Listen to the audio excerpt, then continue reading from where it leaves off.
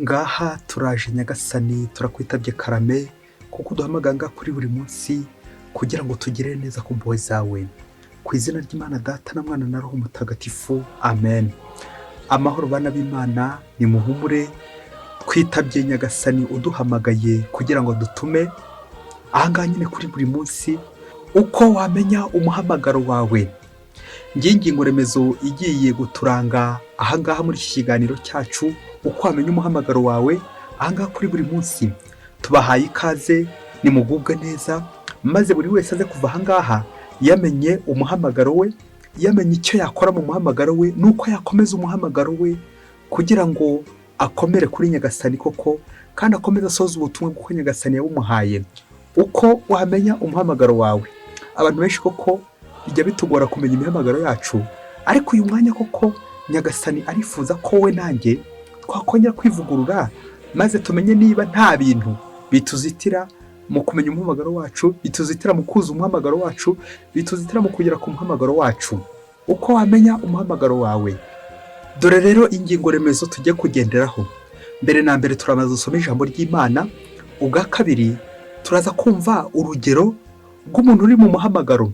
Icya gatatu turaza kumva ibibangamira umuhamagaro. Icya kane turaza kurebera hamwe ibyo wakora kugira ngo ugere ku muhamagaro wawe, ukomeze uwusigasire. Twese twahamagawe n'Imana, dufite umuhamagaro rusange, umuhamagaro w'ubutagatifu. Twahamagariwe twese kuzagera gute? Kuzajya mu ijuru. Ariko hagati aho hari izindi nzira Nyagasani agenda anyura ashaka gutunyuzamo kugira ngo tuzagere kuri uwo muhamagaro rusange, umuhamagaro w'ubutagatifu.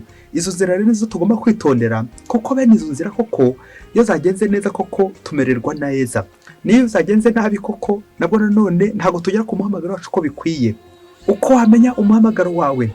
Mu Gifaransa nifuje kuvuga ijambo la destinée, mu Kilatini baravuga ngo fatum. Reka duhere ku ngingo ya mbere, ingingo y'ijambo ry'Imana, maze kuko Nyagasani wadutoye akomeza nadutume, adutuma ashaka. Isomo tugiye kwakira turayisanga mu Evanjili yanditswe na Matayo umutwe wa 5 umurongo wa 13 kugeza ku 16. Nyagasani Yesu nabane namwe. Amagambo y'Evanjili ntagatifu yanditswe na Matayo. Muri umunyu w'isi, ariko si umunyu akayutse bawusubirishamo icy'uburyohe, nta kandi kamaro kawo kereka kuwujugunya hanze ugakandagirwa n'abantu. Muri urumuri rw'isi, ikigo cyose cyubatse mu mpinga y'umusozi ntikihishira, kandi ntawe ucana itara ngo ryubikeho ikibo, ahubwo arishyira ku gitereko cyaryo, aho rimurikira abari mu nzu bose. Urumuri rwanyu niruboneshereze rutyo abantu, kugira ngo barebe ibyiza mukora, bakurizaho gusingiza so uri mu ijuru. Iyo ni Evanjili ntagatifu. Muri umunyu w'isi, muri urumuri rw'isi. Ibigereranyo bibiri birerekeza ku buryohe k'umuntu nanone ugomba kuryoshya, agomba gushira. Ariko rero iyo uzi umuhamagaro wawe kuko unyura muri uwo murongo ukemera ugashira kugira ngo abandi bashishe. Ariko iyo utaramenya umuhamagaro wawe wifuza ko washisha, bityo abo tumweho koko bagakomeza bagashira. Nguko gucurika imihamagaro yacu, bityo bikazanya tutageze ku mihamagaro yacu ko bikwiye. Ni nabyo mutagatifu Karoli Boromeo yavugaga ati, kugira ngo buji itangire urumuri ibanza gukongoka, ibanza gushya. Nguko uko umuntu koko watowe, wahamagawe n'Imana, icyo ni ugushira kugira ngo abandi bagire bati, abandi bashishe. Gukora ko tagomba kuba mu buzima bwo kwishimisha mu gihe abandi bari gushira. Nguko uko umuntu watowe, umuntu wahamagawe koko, ahamagariwe nanone koko kwitanga, kwigomwa, akemera agashira, akemera akababara kugira ngo abandi bagire bate, abandi bamererwe neza. Ngurwo urumuri koko, nguyu umunyu w'isi. Niba nawe ushaka kuba uburyohe, guha abandi uburyohe, biragusaba ikintu gikomeye cyane, kwigomwa iraha ry'isi, kwigomwa uburyohe. Nari ngiye kuvuga bya bintu byose bikuryohera, yewe ndetse bya bintu byose bigushimisha, ariko bikaza kubabaza Imana. Ibyo byose ugomba kubyigomwa kugira ngo kwakira umuhamagaro wawe. Uko wamenya umuhamagaro wawe. Le sel du monde, la lumière du monde. Uwo nguwo koko ugatekereza ko uba uri akantu gato kagomba nanone kumurikira abantu benshi, urwo rumuri koko, ariko rukamurikira abantu benshi isi. Aho ngaho ntibyagutera ubwoba koko niba uri urumuri cyangwa niba uri umunyu, uburyo koko ako kantu gato gashobora gushimisha, gutuma abantu benshi bishima. Ni ngombwa rero ko ubyitoza ukabigendera, ari mu mvugo ari no mu ngiro, ukitoza koko kuba urumuri ndetse n'umunyu w'isi. Reka rero tujye ku ngingo ya kabiri, turebe urugero rwatowe, turebe n'uko yabigezeho, tuze kureba ingorane agiye ahura nazo mu nzira, kuko urugendo rwose burya rugira ingorane zarwo. Nta mugenzi usiga undi ku rugendo, kandi ko kugira ngo urangize urugendo bigusaba impamba y'urugendo. Muri aka kanya tugiye kumva inkuru y'umugabo bita Janti watorewe kuyobora igihugu ngo azabe umukuru w'igihugu, perezida w'igihugu. Nuko iyi nkuru numara kuyumva urebe koko nawe aho umuhamagaro wawe ugeze, urebe ko uzuza inshingano umuhamagaro wawe. Umunsi umwe hirya kure cyane muri Afurika, ngo umugabo bita Janti ngo yari yarize ari umuntu mwiza pe, akabya bindi ngo izina niwe muntu bamwemera. Nuko rero igihe kiza kugera mu gihe bashakaga umukuru w'igihugu, muri uko gutora amatora koko yerekeza kuri Janti. Uwo mugabo rero yari inyangamugayo, yari umuntu mwiza, yari yarize, yaraminuje koko, yujuje nanjye kuvuga ibisabwa byose, ntacyo yari abuze koko. Bari banamwishimiye cyane, afite ibisabwa byose, beaucoup de qualité. Ubwo Janti koko amaze gutsinda amatora, abakuru koko bagombaga kumwimika mu kuza kuyobora icyo gihugu cy'isezerano. Nuko rero baza guhitamo ko mbere yuko bamuha ikamba ry'ubuyobozi hari ahandi bagomba kubanza kumunyuza. Akabya bindi ngo abayobozi bagira ahantu batorezwa mu itorero, n'intore zitorezwa. Ntabwo bapfa kuba umuyobozi udafite ahantu nyine watorejwe. Umuyobozi wese agomba kugira formation, intore igira aho itorezwa. Nuko rero Janti baza kumujyana ahantu ngo mu butayu kugira ngo akomeze guhitoreza iby'ubwo buyobozi koko bw'igihugu agiye kuzayobora. Bamujyana mu butayu aho bamuhaye umumetre, aho ngaho nyine bamufungiranye kugira ngo ahamare igihe kirekire atozwa, bamuha amahugurwa ku byerekeye n'ubuyobozi agiye kujyaho uko azayobora.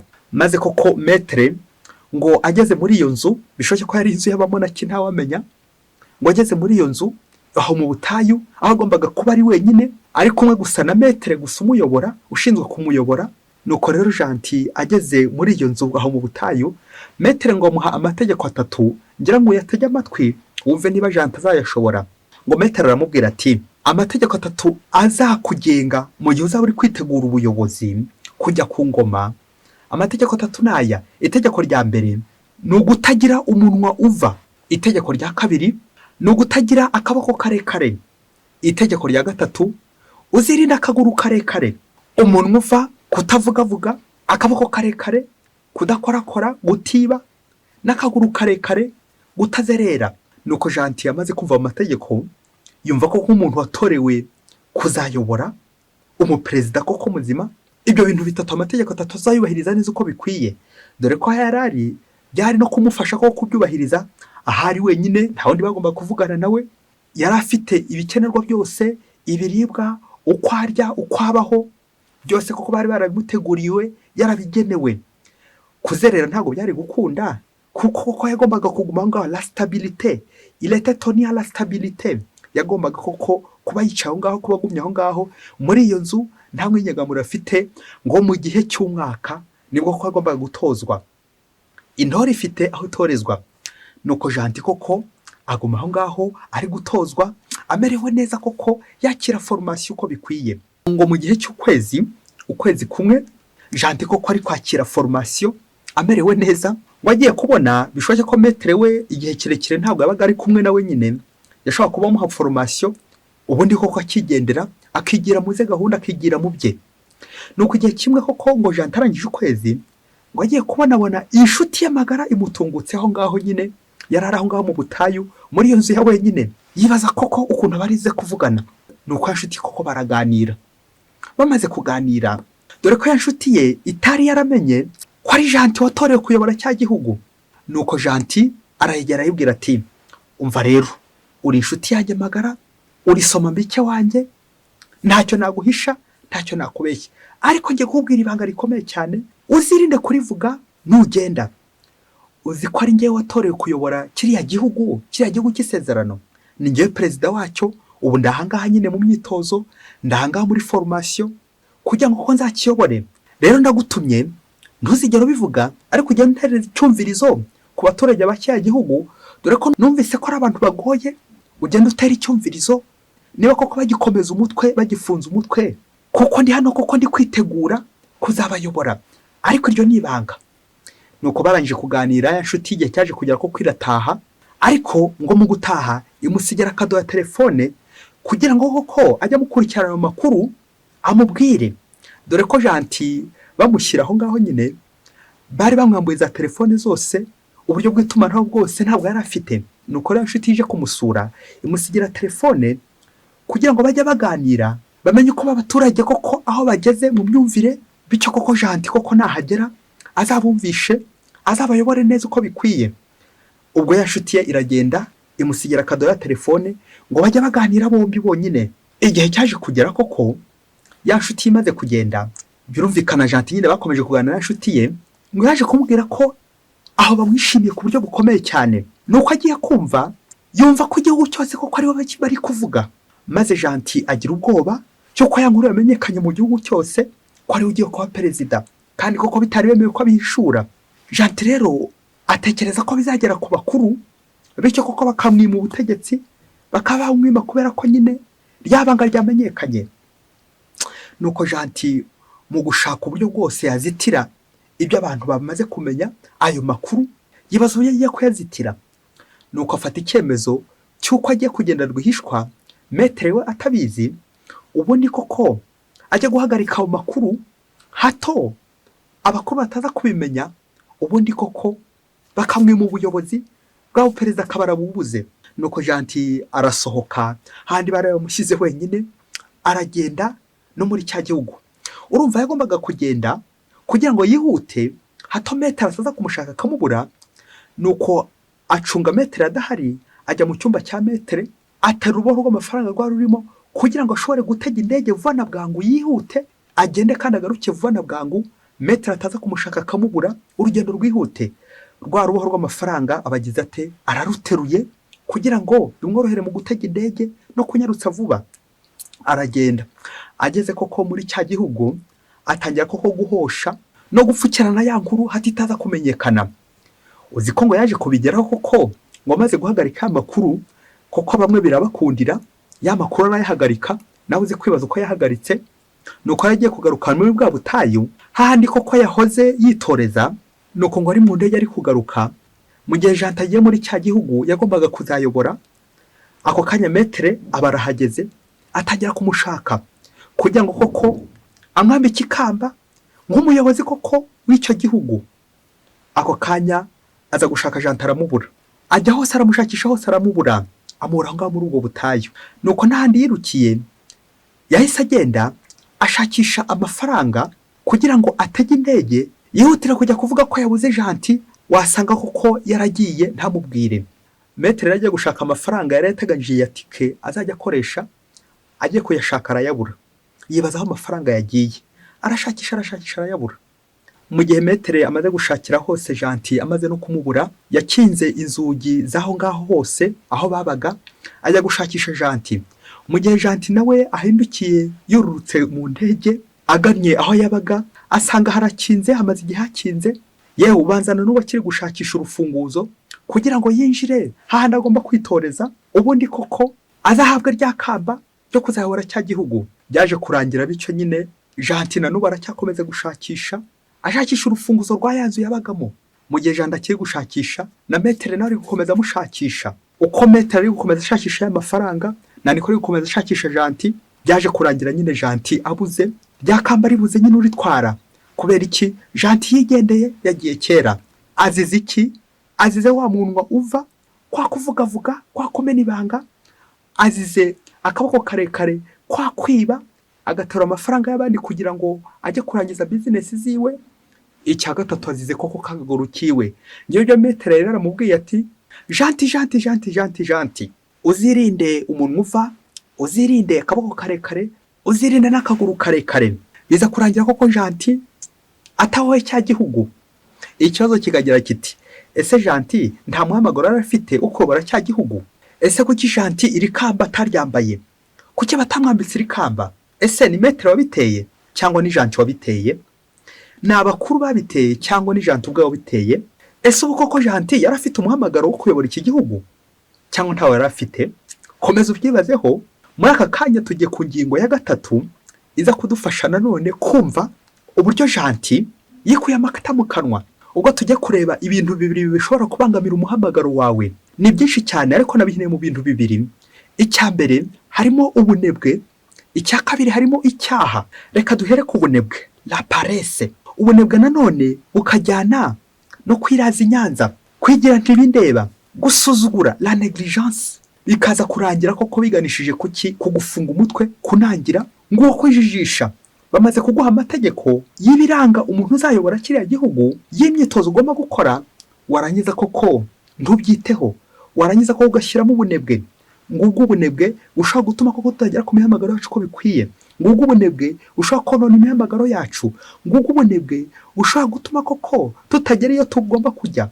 Bikaza kurangira koko tuririye impamba yacu mu nzira, ntitwongere kugera iyo tugiye. Imihamagaro yacu koko bikaza kurangira irangiriye mu nzira, ntitugere aho tugiye. Ngaba abanebwe ba janti, abantu beza, ukaba uri umuntu mwiza, ariko koko ubunebwe bwarakuzonze. Ubunebwe bukaba butuma koko udashobora kubyuka, udashobora gukora kugera ku ntego yawe. None se ubwo uzitakana abayobozi, uzitakana abametere ngo nabo bakubuje umuhamagaro? Cyangwa ni uruhare rwawe washyizemo, uruhare rw'ubunebwe, kudakora cyane, kutumvira, kutita ku byo bakubwiye, kugira ngo koko urusheho gusigasira rya jambo bakubwiye. Ngo wakwicara umutogoto w'inkono, wakwicarira ijambo rya nyirayo.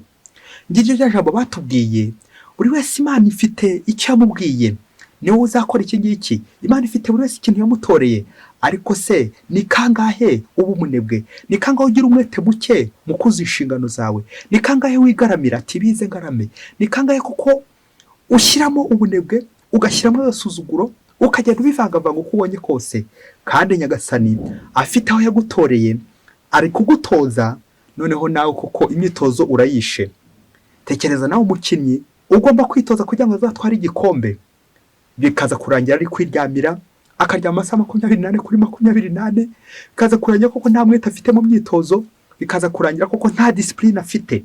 Utagira discipline mu mukino, utagira discipline mu myitozo. Umukinnyi wese utagira discipline, nubwo yakina, nubwo yabazi gukina bwahe, ntago ashobora nyine gutwara igikombe. Biradusaba ka discipline, imyitwarire myiza, kumvira abametere bacu, kugira ngo koko tuzashobore kugera hehe ku gikombe, tuzashobore kwambikwa umudari, tuzashobore kwambikwa ikamba, bazashobore kuduha ya kashe izadufasha koko kuyobora cya gihugu. Icya kabiri usibye ubunebwe kizakubuza umuhamagaro ni icyaha. Ijambo icyaha, icyaha muri make, kuguma mu cyaha, gutsika mu cyaha, no kwanga guhinduka kugera ku ndunduro. Icyo nicyo cyaha gikomeye cyane bita icyaha cyo gutuka ari umutagatifu, kwanga guhinduka kugeza ku ndunduro. Urazi ko ufite ingeso runaka, urazi ko ufite delimite, urazi ko uri umunyantege muri ibi ngibi, usanzwe ubiyiziho, ariko igihe cyagera koko wabona n'ahantu witoreza abagomba kugufasha, bikaza kurangira ubaciye amazi, bikaza kurangira usubiye ku kawe, bikaza kurangira koko ukomeje umuntu uva kuvuga cyane, gutabika ibanga, ati urabizi ko ari ngiye koko watoreye kuyobora cya gihugu, ariko ntuzabivuge. Aha janti we, iyo umaze kubibwira inshuti yawe, nayo igenda ikabwira inshuti ye, nayo ikongera ikabwira inshuti yayo, byose bikaza kurangira igihugu cyose kimaze kumenya ko ariwe uzayobora cya gihugu. Bikaza kurangira icyari ibanga kibaye ibati, kikabomborana. Bikaza kurangira icyo cyaha cyo kumena ibanga ukoze, uko gusuzugura none ikomeza bigakurikirana. Wa muntu uvuga n'ubundi bizarangira aho ngaho koko uzakomeza gushaka kucecekesha bitagishobotse, uzashaka gufunga wa muntu bitakigushobokeye. Ni uko uzakomeza kugwa mu byaha, ugakomeza akaboko karekare kugira ngo urebe uburyo wabona aya mafaranga yo kujya gufunga ya minwa. Ariko se ya minwa koko ko ari nyinshi uzayifunga ute? Nguko kwiba, nguko gusahura, ngiye ibyo byaha tugenda twungikanya imihamagaro yacu, tukaba turi kugera dute, tukaba turi kuyihanagura, tukaba turi kuyimunga. Bikazarangira noneho tukubahuka, tugatinyuka, ibyo batubuje akaba aribyo dukora. Ngicyo cyaha cyo kugendagenda, cyo kuzerera. Bikaza kurangira twanze guhinduka, ibyo badusabye guhindura kugira ngo duhinduke, maze koko duhindura abandi, tukabita hirya. Ako gasuzuguro, uko kwanga guhinduka, uko kwanga kwakira formation, ibyo byaha byose ni kungikanya, kwanga kuva ku kacu, kwanga kuva kwizima. Ibyo byose bituza imihamagaro yacu, ibyo none imihamagaro yacu. Ubwo bunebwe, ako gasuzuguro, uko kwanga kuva kwizima, ukwanga guhinduka. Mukristo umuvandimwe, aha, niba ushaka ko umuhamagaro wawe ukomera, niba ushaka kujya ku muhamagaro wawe, irinde umuntu uva, irinde akaboko karekare, irinde n'akaguru karekare, ahubwo ugorora amatwi wumve ibyo bakubwira. Umuhanga niwe wavuze ati, burya ntabwo ari ku busa Imana yaduhaye umuntu umwe ikaduha n'amatwi abiri, ni ukugira ngo wige guceceka, wige kutavuga byinshi, ahubwo wumve byinshi, kuvuga bike ukumva byinshi. Ngiki cyatsinze Janti, yihatiye kuvuga byinshi ariko yumva bikeya. None Janti koko umuhamagaro we arawurase, arawubuze, arawononye, ikamba araribuze, kandi koko aricyo yatorewe. Ni kangahe imihamagaro yacu ko tutayigeraho kubera agasuzuguro, kubera kwanga kumvira ayo matwi yacu. Amatwi yacu koko twavuniye ibiti mu matwi tugasubira ku kacu. None koko tubaye ba Janti natwe. Urebe ibyo ukora kugira ngo umuhamagaro wawe ugende neza. Nyuma yo kubona ingingo ya 3 ibibangamira umuhamagaro wacu, reka ku ngingo ya 4 turebe ibyakomeza umuhamagaro wawe. Burya ntawifuza ko yabaho nabi. Twese burya icyo dushaka ni ihirwe, kubaho twishimye, kubaho tudamaraye, kubaho tumeze neza mu mihamagaro yacu. Ntawe kwifuza gusenyerwa, ntawe kwifuza gusenya umuhamagaro we. Burya niyo byaje nuko nyine njya kuba wagerageje uko ushoboye kose. Ntawe kwifuza kwihima, ntawe kwifuza kwibabaza. Buri wese aba ashaka ikintu cyose cyamushimisha, ikintu cyose koko cyabungabunga urugo rwe n'umuhamagaro we. Tujya gusoreza ku bintu 4 byakomeza umuhamagaro wawe. Nawe uze kureba koko niba ukibyubahiriza, tugendeye kuri ubu butore bwa Janti butageze ku musozo. Kubera iki? Kubera uburangare, kubera ubunebwe, kubera agasuzuguro, ufunga umutwe no kurangira umutima. Ariko ibintu 4 ubyiteho, cyane cyane ndaza kwibana ku kintu cya 4 giceho akarongo. Reka duhere ku cyambere cyakomeza umuhamagaro wawe. Icyambere ni ukubika ibanga. Buri wese rero afitanye ibanga n'Imana, buri wese n'umwihariko wa Nyagasani. Iryo banga rero kugira ngo ushobore kuribika neza, ni ukuguma aho hantu hawe nyine, ahantu mu butayu, ahantu ugomba guhurira n'Imana, ahantu h'isengesho, le désert, ahantu h'ubutayu, hahandi hananiye Janti guhaguma, kuko Imana yahamushyize ngo hagume wenyine, ariko ntabwo yari wenyine, ari kumwe n'Imana. Aho ngomba kuguma n'Imana, iryo sengesho. Mukristo umuvandimwe, niba ushaka kugira ibanga, ugira ibanga ry'isengesho, usenge, uhure n'Imana kenshi, ujye mu butayu, ujye ahantu hawe nyine kugira ngo ugumane n'Imana. Icyo nicyo kizatuma koko usigasira umuhamagaro wawe. Ahantu hawe nyine kugumana n'Imana. Aho niho hananiye Janti. Birangira koko inshuti ije kumusura, yaza kumusura rero bagatangira bakavuga iby'imiyaga, ibyamva he na njya he, kaza kurangira koko amusigira telefone ngo bajye baganira. Telefone igashushanya none ibintu byose koko bitubuza Imana, duhugiramo ntitubonere Imana umwanya, bigatuma dusandara. Kandi Imana ishaka koko twirundarunda, recueillement, adoration, aho hose koko ushobora guhura n'Imana, ngo Imana koko yongere kunyibutsa ko yantoye, ko yampamagaye, ko ngomba kuyikomeraho. Gukomera ku Mana, guhura n'Imana niryo banga rikomeye cyane. Niba nta banga ufitanye n'Imana, umuhamagaro wawe uzawurangiza ute? Uzawusohoza ute? Niba nta banga ufitanye na Yesu Mukristo umuvandimwe, urumva koko uzawishoboza? Ntago ushobora kwishoboza niba nta banga ufitanye na Yesu. Ntago ushobora kuyobora igihugu kirimo abantu bafunze umutwe, kirimo abantu b'indara, kirimo abantu bagoranye, udafitanye ibanga n'Imana. Ako kantu Mukristo umuvandimwe gacaho akarongo, kugira ibanga rikomeye na Yesu Kristo. Ndahandi wajyana ibanga nawe, usibye imyiherero uzakora, usibye kwifungirana koko mukaba muri kumwe na Yesu, la solitude, aho ngaho uri kumwe na Yesu koko, aho ngaho mu nzu y'abamonaki, aho ngaho muri ubwo butayu, ibanga aho ugomba kubikira ibanga. Ndahandi rero ni mu mutima wawe, kuragira gukomeza umutima wawe. Icya kabiri kizagukomeza muhamagaro wawe ni umwete, kwitsinda no gutsinda kamere. Urumva Janti yakiza koko kwitsinda uriya mwaka ko kawurangiza uko bikwiye. Yewe niyo nshuti ye yashaka kumuzanira iza telefone cyangwa ikamuzanira amakuru akayakira, ariko nanone nta muhurwaho. Izi nshuti tubitse amabanga yacu ziratwereka uburyo dutatira igihango kwa Yesu Kristo, wa mwete muke mu by'Imana.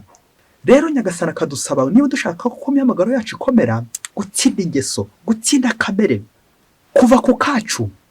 Akamvuga igira iti, uhamba ingeso ahorana isuka ku rutugu, nawe rero umukristo muvandimwe, nugira Imana umuntu akakubwira ati dore iyi ngeso urayifite, dore inenge yawe ngiyi, aho bishoboka ukaba wabikosora, uzagerageza uko ushoboye kose, ugerageze nyagasani uri aho ngaho nyine mu butayu kugira ngo agufashe izo ngeso mbi zakunaniye, ziri gukubuza ubuyobozi, ziri gukubuza umuhamagaro wawe, ziri konona umuhamagaro wawe. Umuntu uva akaguru karekare n'akaboko karekare, ugerageze ubihine kugira ngo gukorere nyagasani bigusaba kwigomwa, bigusaba kwigomwa iraha, bigusaba kwigomwa icyubahiro, gucika ku ngeso n'ibindi byinshi cyane. Kugira umwete buri gihe cyose, ugahorana umwete, urugamba rwo gucika ku ngeso mbi. Urugamba mu Kristo muvandimwe, guhorana urugamba, guhora urwana, kuko ntabwo ushobora kuyobora igihugu nanjye kuvuga utarwana. Kurwana mvuga ntabwo ari intambara zino z'intwaro za kirimbuzi, ahubwo urugamba rwa roho. Urugamba rwa roho, kuko umwete, hari itegeko ry'umuyobozi ryoroshye. Umuyobozi nuryama nyuma y'abayobora, akabyuka mbere yabo ayobora. Ngo kugira umwete no gutaba umunebwe, bityo koko ngahora numva ko hari icyo ngomba kurusha abandi, hari izindi karite ngomba kugira kurenza abandi, kuko nyine ndi umuyobozi, ntagomba kugandisha imbaga, ahubwo ngomba kugerageza gutungana kugira ngo nze gutunganya ya mbaga. Ngo umuyobozi, ngo wahamagaye kuyobora abandi, watoreye kuyobora abandi, ngomba kuba janti no ku mutima, nkarushaho kuba janti, atari iby'inyuma gusa ku izina, ahubwo n'imbere. Uwo mwete, iryo shyaka ryo gukorera nyagasani, iryo shyaka koko ryo kuyobora umuryango w'Imana. Icya gatatu cyagufasha gusigasira umuhamagaro wawe ni ukubyaza umusaruro impano ufite. Imana hari impano yaguhaye kugira ngo uzashobore kuyobora. Kuki Imana yagutoranyije muri aba ngaba? Ni uko wasanga hari impano wari ufite, ni uko wasanga hari icyo Imana yakubonyeho cyiza kizafasha bariya. Yewe n'icyo kibigira ngo ugikosore. Izo mpano ufite zagusigasira, de talent, kubyaza umusaruro impano ufite, muri urumuri rw'isi, muri umunyu w'isi. Aha, ukamenya ko niba yagakubwiye kuri urumuri rw'isi, ugomba kwitoza nyine kujya umurika, kandi urumuri rwawe rukagera kuri benshi. Niba uri umunyu w'isi, ugomba kwitoza kuryoha. Uto tuntu Yezu yaguhaye, izo mpano Yezu yaguhaye kugira ngo uryoshye, ugomba kuzisigasira, ukinda kuzonona, kandi kuko zigatera imbere. Impano nizi Imana iduha kugira ngo zigirire akamaro kiliziya y'isi yose, zigirire akamaro abandi, kandi nawe ubwawe zikugirira akamaro, zigufashe kukuza umurimo wawe, zigufashe gutunganya neza ubutumwa bwawe, bwa butumwa kuko ufite bwo kuzahura abana b'Imana, kuzamura umuryango w'Imana, kuyobora umuryango w'Imana, kuyobora abandi. Uze gukora umwitozo, urebe impano zose Imana yaguhaye, urebe izo wamaze gutaba, zatare ntaho umaze gutaba, ariko wongere urebe na za zindi koko nyagasana kigutije kugira ngo koko ubashe gutunganya neza ibyo ushinzwe. Nyagasana afite igihe atangira impano, ariko n'impano ishobora no kurangira. Kubera iki? Ntiwashoboye kubyaza umusaruro, wayitabye mu gitaka, yatare ntayo watabye mu gitaka, kandi ariyo koko yagombaga kugufasha kuzagera ku muhamagaro wawe. None kuko urayitabye, wihaye kuvuga, wihaye kumena ibanga, akajya bindi ngo igisiga cy'urwara rurerure kimena inda. Kwitoza kutimena inda, kwitoza gusigasira koko ingabire zacu, impano zacu Imana duhaye, kugira ngo bidufashe kujya ku muhamagaro wacu nyagasani yaduteguriye. Icya kane noneho ugomba kwitondera gikomeye cyane kizagufasha mu gusigasira umuhamagaro wawe, ni ahantu, le lieu ou l'endroit, locus. Aho ngaho nyine ushobora kwitoreza. Intore itorerwa mu itorero, ikanitoreza nyine no mu itorero. Ngaho ahandi janti yagiye bikamunanira, bwa butayu, aho hantu harakomeye cyane. Ntawe ucana itarango ry'ubikeho ikibo. Aho hantu mu mpinga y'umusozi, aho utagomba guhishira, ni ngombwa ko nyine uhagaragaza, ni ngombwa ko hagera l'endroit. Aho hantu rero iyo uhageze, niho koko ugomba gukorera imirimo yawe, ugahaguma aho hantu. Umuntu watowe ntabwo atora ibyo abonye byose. Umuntu watowe ntabwo atorera aho abonye hose. Ni ngombwa rero kugira ahantu utorezwa. Aho hantu umukristo muvandimwe harakomeye cyane. Ubwo butayu, ntabwo umuntu watowe n'Imana atambuka abonye hose, ntabwo atwara ibyo abonye byose, ahubwo kuko agira ahantu koko yitoreza. Aho ngaho mu itorero rero niho nshaka gutinda. Umenya ko nyagasani aba ashaka ngo ugume mu ngoro ye koko, ntuhave, ugumane na nyagasani muri iyo ngoro, kuri uwo musozi. Umusozi wa mbere ni umutima, aho ngomba guhurira n'Imana koko, maze inzu y'Imana koko ntizatonda ibitagangurirwa, kandi koko ariyo ugomba kwisukura, ngomba guhaba. kuba mu nzu y'Imana, umwanya wawe ntugatonde umugese kandi uri kumwe n'Imana koko, kandi aho ngaho ugomba guhasengera Imana. Iyo kiliziya, iyo ngoro, aho ngaho niho Imana koko iguhamagara kuba no gutorera. Ngo nk'uko itamenyereye urugo, ngo bavuye kwigura, ngo barayitongera bakayibwira bati ujye utora utaha. Nawe umukristo umuvandimwe, ujye utora utaha. Utahehe? Utahe mu nzu ya ngoro aho ugomba guhurira n'Imana. Ngo wajanti ugomba gutora ariko gataha, ugomba gutorera aho ngaho nyine mu rugo. Mu gusoza ikiganiro umukristo umuvandimwe, nawe uze kureba umuhamagaro wawe aho ugeze. Ese koko ukora iki kugira ngo umuhamagaro ugende neza? Ukora iki nk'umuntu watowe kugira ngo koko ibyo watorewe bitunganye neza? Uruhare rwawe, nushyiramo uruhare rwawe, Imana nayo koko ifite urwaye izashyiramo. Wireba ku ruhande rw'Imana ahubwo ureba ku rwawe. Umwete wawe ushyiramo mu muhamagaro wawe ni uwuhe kugira ngo umuhamagaro ugende neza? Nta rundi ruhare usibye gukora cyane kandi ugakora neza nyine ibyo ushinzwe. Rero mu gusoza uze gukora controle, narinjye kuvuga controle technique, kuko ikinyabiziga gikora controle technique nyuma y'umwaka cyangwa nyuma y'amezi 6. Nawe nka janti aho ngaho bagushyize kugira ngo ubashe kwitegura neza, witoreza aho ngaho. Nawe umenye ko turi mu isi y'itorero, umenye ko turi mu kiliziya y'itorero, umenye ko urugo urimo umeze nk'intore yatowe. Hari ibindi nyagasani byinshi cyane akuzigamiye. Ugomba nanone gukora controle technique, ukareba icyambere, urebe niba umuntu wawe ugifunze neza. Iyo ni controle ya mbere. Niba utakibeshya, niba nta binyumu gikwirakwiza, niba utakiri birawuti navugaga biri hanze, uvuga uteranya amagambo yo guteranya abandi, angaho uri kwica umuhamagaro koronona. Kuba amateranya ibyo subyirinde, kuko Imana ntiba mu rusaku, Imana iba ahantu hatuje. Kwitoza gutuza kugira ngo uturane n'Imana nyine, kuko umuntu watowe koko agomba no guturana n'Imana. Agomba gufunga umunwa koko ukaba uri mu Imana, bityo nafungura umunwa azavuge koko amagambo y'Imana.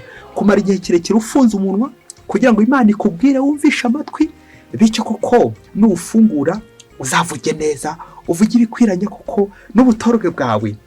Ucunge neza niba umunwa wawe ufunze. Icyakabiri ugomba gucunga amaguru yawe, kwirinda kuzerera, kwirinda kuba kazerera, kwirinda kujarajara, kwirinda guta Imana, gutaha amajoro, kuzerera, kujya mu bigare, za nshuti bya bigare koko bizakoshya, bityo bikazarangira uri korama ubuze rya kamba, bwa butegetsi utabugezeho, bwa buyobozi utabugezeho. Wanabugeraho koko ukaba wanakora ibintu bibisharira. Kubera iki? Aho bagutoreje warajijishije, warabeshye, wabaye mayimayi, babandi mwubira mu mazi akaza gutumburukira hirya. Kubera iki? Bwa buryarya kwakujijisha, kubera akaguru karekare. Mukristo umuvandimwe, akaguru karekare kagiye gakora ku bantu benshi cyane. Ukabaho aho ugomba kuba udahari, ukirirwa ahandi, ukaza gutaha bwije mu rugo rwawe. Akaguru karekare kazatoba umuhamagaro wawe. Ese uracyaguma hamwe? Umwitozo wa 3 uza gukora nyuma yo kureba niba umuntu wawe ufunze, niba akaguru kawe atari karekare, uze gukora umwitozo wo kugenzura niba akaboko kawe atari karekare. Kwibaza ngeso mbi, guterura ibintu by'abandi, ukitoza ko ibiganza byawe bizakora kuri Yezu, kandi ibiganza byakoze kuri Yezu ntibikorakora, ntibyiba, ntibijya mu ngeso mbi. Ibiganza byakoze kuri Yezu ntibikorakora. Niba utoza kuzaba umuyobozi, nawe niba utoza kuza umuhamagaro wawe, ko bikwiye inshingano z'umuhamagaro wawe, wirinde gukorakora, kuko icyaha icyo ari cyo cyose gishobora gukubuza umuhamagaro wawe, bityo koko ukabaho nabi. Kandi Imana kwikubita yari gutoreye kubaho neza. Nuko rero Imana ikagenda igutoza buhoro, ariko wowe ukanga gutozwa, bikaza kurangira wanze kuko ubutore. Abantu benshi turiho mu kinyoma. Nibwo uzasanga ko abantu benshi ushobora gupfa cyangwa nanjye ngapfa ntaragera ku muhamagaro wanjye, ntaramenya n'umuhamagaro wanjye. Kubera iki? Ntago nigeze nitoza, nanze kwitoza. Barantoje ariko ndabyanga, nafunze umutwe, naranagiye, naradadiye. None umuhamagaro koko ukazarinda upfa utarawugeraho. Buri wese yongere rebe umuhamagaro we, arebe niba nta byonnyi biri kumwononera, arebe nta byonnyi biri kumusagarira, maze koko arebe uburyo yabisiga, maze yongere koko asigasira amavuta Kristo yamusize. Kuko twese twahamagariwe kuzajya mu ijuru, niho tuzishima iteka. Ijuru ririho, ijuru rirakorerwa. Ijuru ni ugukora cyane kandi gukora neza ibishimisha Imana buri munsi. Mwese Imana ibaha umugisha. Imana Data na Mwana na Roho Mutagatifu. Amen. Padiri Masumbuko Ladislas wa Diyosezi ya Cyangugu.